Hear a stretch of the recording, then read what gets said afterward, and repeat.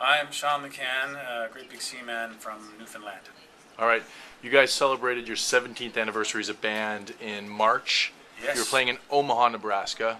Yes. When you play in places like that, or even far-flung places in Canada, far from the rock, do people understand the culture of your music? Not at all. They get it, they like the music, but they honestly, in a place like Omaha, Nebraska, they don't know where Newfoundland is. I don't know how people find out about us. I guess it's kind of word of mouth for us, but when they do come in contact with us, and it's not through commercial means like radio or a video down in the States certainly, they come to the show out of curiosity, and they learn about Newfoundland from our music there, but what catches them is the beat, and I guess the accordions and the fiddles and the mandolins and the songs, and but they don't know anything about where I'm from, so they. And the funny thing is, too, you meet these people in Newfoundland probably a year later walking down George Street in the summertime, and they stop you and say, "You don't know me, but I was at your show in Omaha, Nebraska, and I just had to come see your place." And this is why I came. Yeah, that's why. We've worked with tourism campaigns because we've become a motor for tourism for Newfoundland, which we're very proud to because it's a beautiful place. And then how's your reception in this province, in Quebec? We always play like Quebec City and Montreal, and we haven't really gotten very far. We've tried a couple things further afield, but I guess the language barrier is a bit of a problem. We're working on that. But I just love coming to these particular two cities because they kind of remind me of home because they have such a distinct culture, and the Newfoundlanders are as distinct as Quebecois. We speak our own language too. Ask anybody. Most people in Ontario don't understand us either. But we seem to share a real enthusiasm for music and history and culture and art. That it's not everybody's like that. We're like that. You were telling me a little earlier that you did some binge songwriting a couple of weeks ago. We did. What was that all about? It was actually in last fall, but it was for this record, and we've written a bunch of stuff, and we wanted to use some of our record advance money to invest in our favorite songwriters. In this case was Jeremy Fisher, a good friend of mine who's toured with us, Joel Plaskett, who became friends over the years with us by touring, Gene O'Brien, who's on my last solo record, is a beautiful singer, and Paul Lamb, who's a friend of ours from Newfoundland. And we went off to Humber Valley, beautiful west coast of the island of Newfoundland, and our phones didn't work. And we were left alone for 4 days. We wrote 14 songs in 4 days, and seven of them landed on this record. Another songwriter and collaborator, if I understand correctly, is Russell Crowe. Yes. How does that work? How does that work out? Well, Alan does a lot of work. Alan produced Russell's last record and was in Russell's last big blockbuster movie, Robin Hood. And he was a fan of the band since we met him about 10 years ago. He showed up at a Toronto amphitheater show.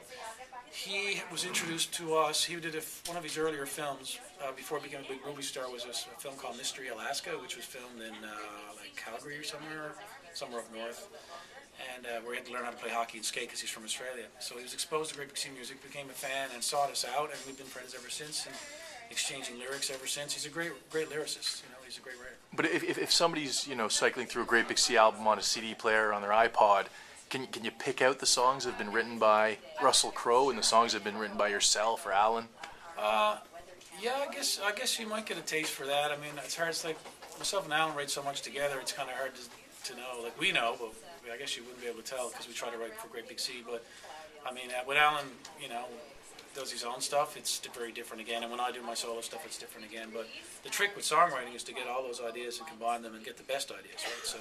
And that's how it works, and that's why we weren't afraid to bring in, our first concern was bringing in like Joel and Gene and Paul and Jeremy. It was like, that's too many.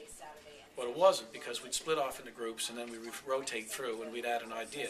Now, as songwriters, the splits were ridiculous, like 6 people are writing almost every song, but the songs were better. They were better songs, because, 6 good ideas is better than 3, So as long as you're willing to share that way, it's great, and that was our goal, so. Any musician that's around today that you would most want to be on stage with? Pink. And not because of the music necessarily, but or Beyonce. That's 2 right there. Neither because of the music? Neither. Well, that's honest of you. That's honest of you, Sean. No, well, actually, some of my favorite musicians of today would be. I'm a big fan of Australian artist Casey Chambers. I think she's great. Lucinda Williams is great. I think a lot of, I mean, I'd love to be on stage with Hank Williams too, like, you know, but he's not around. He's not around. Bob Marley, but that wasn't the question today. John, and you have a seasonally thematic gift for us. I do. What is it? I've been trying to write a Christmas song forever, and that was good enough to play, and I think I finally got there this year with this song. It's called Merry Christmas, Everyone. And I guess I'm just kind of tired of hearing the same old stuff every year around Christmas. But it's available on my website, greatbigsean.com, for free. I ask for nothing other than you share it. But I want to give it away because my fans have supported me for 17 years now, and have given me the ability to feed and raise my family and my boys and stuff. And I thought it was a good time to give something back. And that's why it's available, and I hope it helps make your Christmas a better one. And it's going to be on an album, an upcoming album, or? No, not yet. No, it's just literally we finished it yesterday, and it's up at greatbigsean.com today. And if you go to my website, you can have it. I don't even need your email address or phone number or nothing. Just take it, play it. If you like it, send it along. And again, hopefully maybe it'll bring me into your homes for Christmas Eve. Maybe that's my little way of visiting everybody. Lovely. Thank you very much. Thank you.